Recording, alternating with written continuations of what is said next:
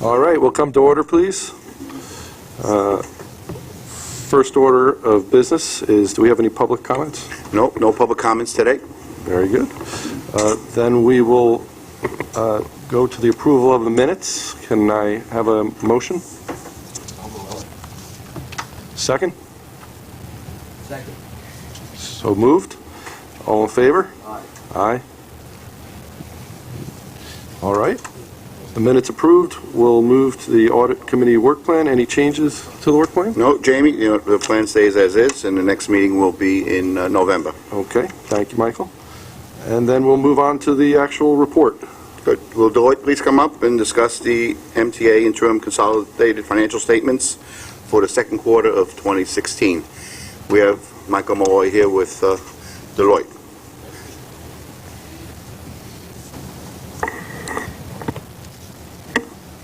Hello. Yep. Good afternoon. Mike Malloy with Deloitte. I'm called the short Mike on the team. Mike Fritz, who's normally here and does the presentation, he's much taller than I am. So, unfortunately, he was not able to make today. He had another conflicting meeting, but we've been in dialogue up to this point together. So, what's that? The chair's always Very good. So you should have a packet of the audit committee book. Within there is the draft quarterly financial statements. I'll go through what is traditional type of communication that we have at this point with you. If there are any questions, we could certainly go through those.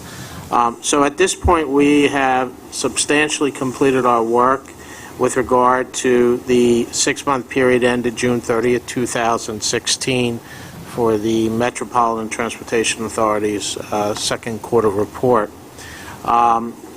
Just to point out that we had conducted a review of the financial statements. A review is less than an audit, if you will.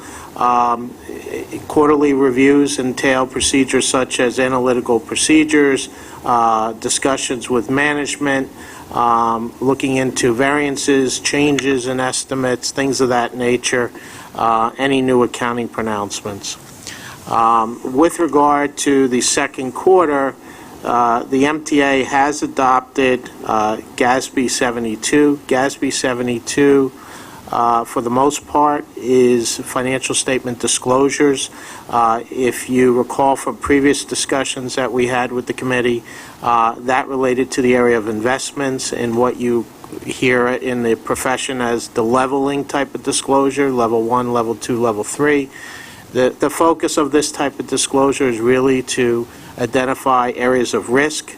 So a level 1 security is a security that is traded in an active market, as opposed to a level 3 category where a security is something that is not readily tradable. Things like private equity investments, hedge funds typically fall within level 3. So the MTA has adopted the disclosure requirements of that within this quarter. We did look at those to make sure they appeared to be complete and accurate. With regard to the nature of our work, we got full cooperation from MTA, Pat and his team and the others.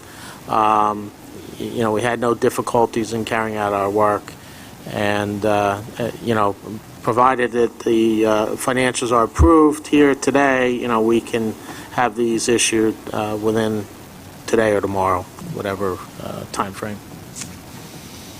That's it as far as my prepared remarks. Any questions? Questions from the committee? I do have a few questions.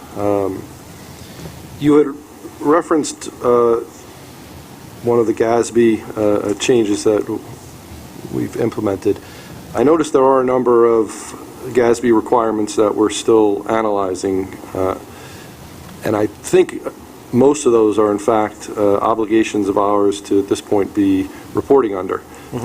Do we have a work plan for when we would have the complete set of GASB, or when we would be able to report under the full range of GASB requirements?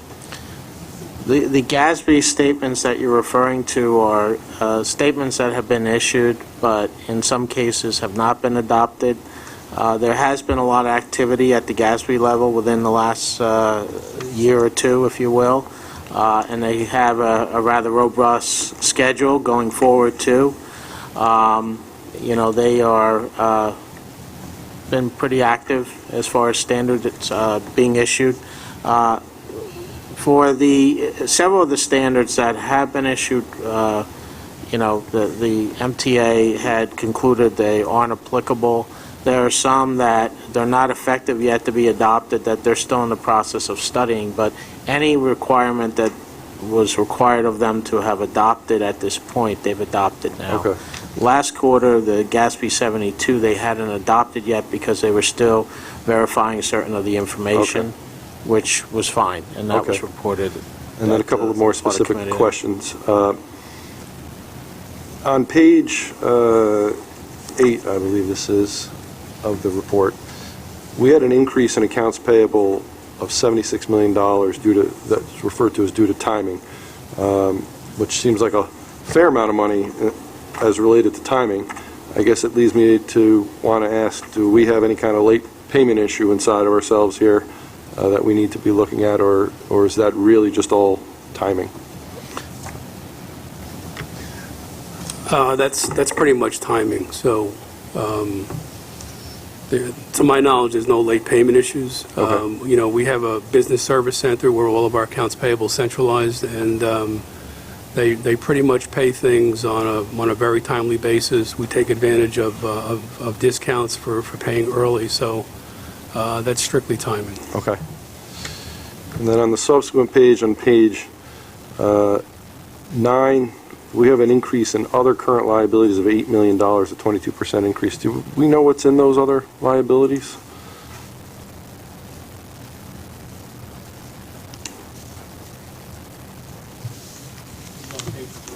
Sorry, page 9, the top of page 9, it refers to an increase in other liabilities. Okay. So the major increase in non-current liabilities is our debt Okay. of $2.5 billion. And then we have our OPEB obligation, which is the retiree benefits. So that's a liability where if you look on page 83, you'll see that we get an actuary report that tells us what the liability is, but we don't fund the full liability. We fund it on a pay-as-you-go basis. So that difference will increase our liability every year. So those are the two main drivers for that. Okay. And then in page 11, we have salaries and wages and overtime increased by just under $100 million, largely due to increases in New York City Transit, it says. Do we know what caused those? Not specifically, but they're pretty much in line with budget.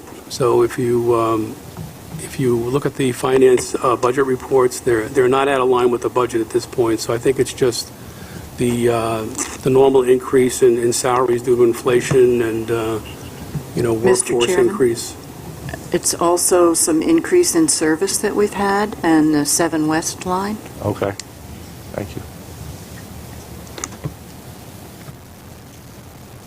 And final question. The post-employment benefits, other than benefits, it had a decrease of $257 million. Were there some, do we know what those assumptions are that changed, that caused that decrease? The decrease in the post-employment benefits is primarily related to our pharmacy benefits. So apparently if you read the actuary report, under Obamacare, there was a change that affected our pharmacy benefits. Right. So it went into effect last year and it carried over into this year. Okay. And then final question for you. There's a footnote towards the end on page 121 that refers to our net pension liability, and that refers to the fact that information wasn't available for prior to 2014. Is it reasonable to not be concerned, though, that the fact that we don't have that information, that would not have a bearing on those pension liabilities and how they're calculated? Is it correct that that information was just not available at a detailed level for presentation? The latter of what you said, it's not available for presentation. The accounting rules changed related to the accounting for pensions, so to be able to go back to the old data and recalculate it under the new method, many clients have opted this approach where they do highlight that the current data is applicable, but previous available data is not available. Okay, so it doesn't make some risk that actuarially there's some looming obligation that we don't know about? No. Okay, very good. Okay. Yeah. Could I ask a question? You triggered my memory on Absolutely. something. And it's really not an audit question, it's a question for Mr. Ferran. The Obamacare comment made me remember that you've been watching the Cadillac fee, or whatever it's called. Cadillac tax, yes. Is it anything new, or is that out there? It's still out there. They extended the date, the effective date, from 2018 to 2020. I'm trying to remember what our liability or exposure, somewhere the $130 million range, I think. There's still some discussion on, with the change of administration, whether both the unions and the Business Council will get together and either push for a further extension or perhaps for a repeal. But there seems to be agreement both in the business community and established unions who have more robust plans, if you will, to see if they can push that back. Thank you, that's a big hunk of money. Any other questions? Can we have a motion to accept the report? Okay, absolutely. I'm reading page 12, and it's mentioning lower New York City Transit, subway, and bus ridership. Yet, earlier today, if you looked at some graphs, subway ridership on a 6-month basis was up, and actually, New York City Transit bus operation ridership was also up. So I'm wondering why we're saying this in here. It may have not been up compared to forecasts, but it was still up.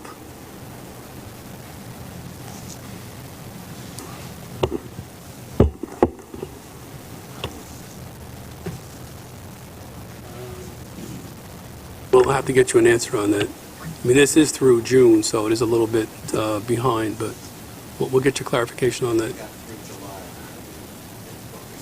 Right, right. Actually, today was through August, wasn't it? I think so, yeah. Yes. Yeah, I think today was through August. But we'll get you an update on that.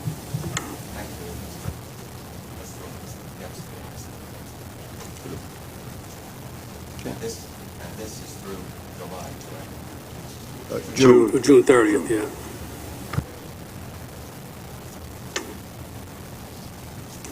Other questions?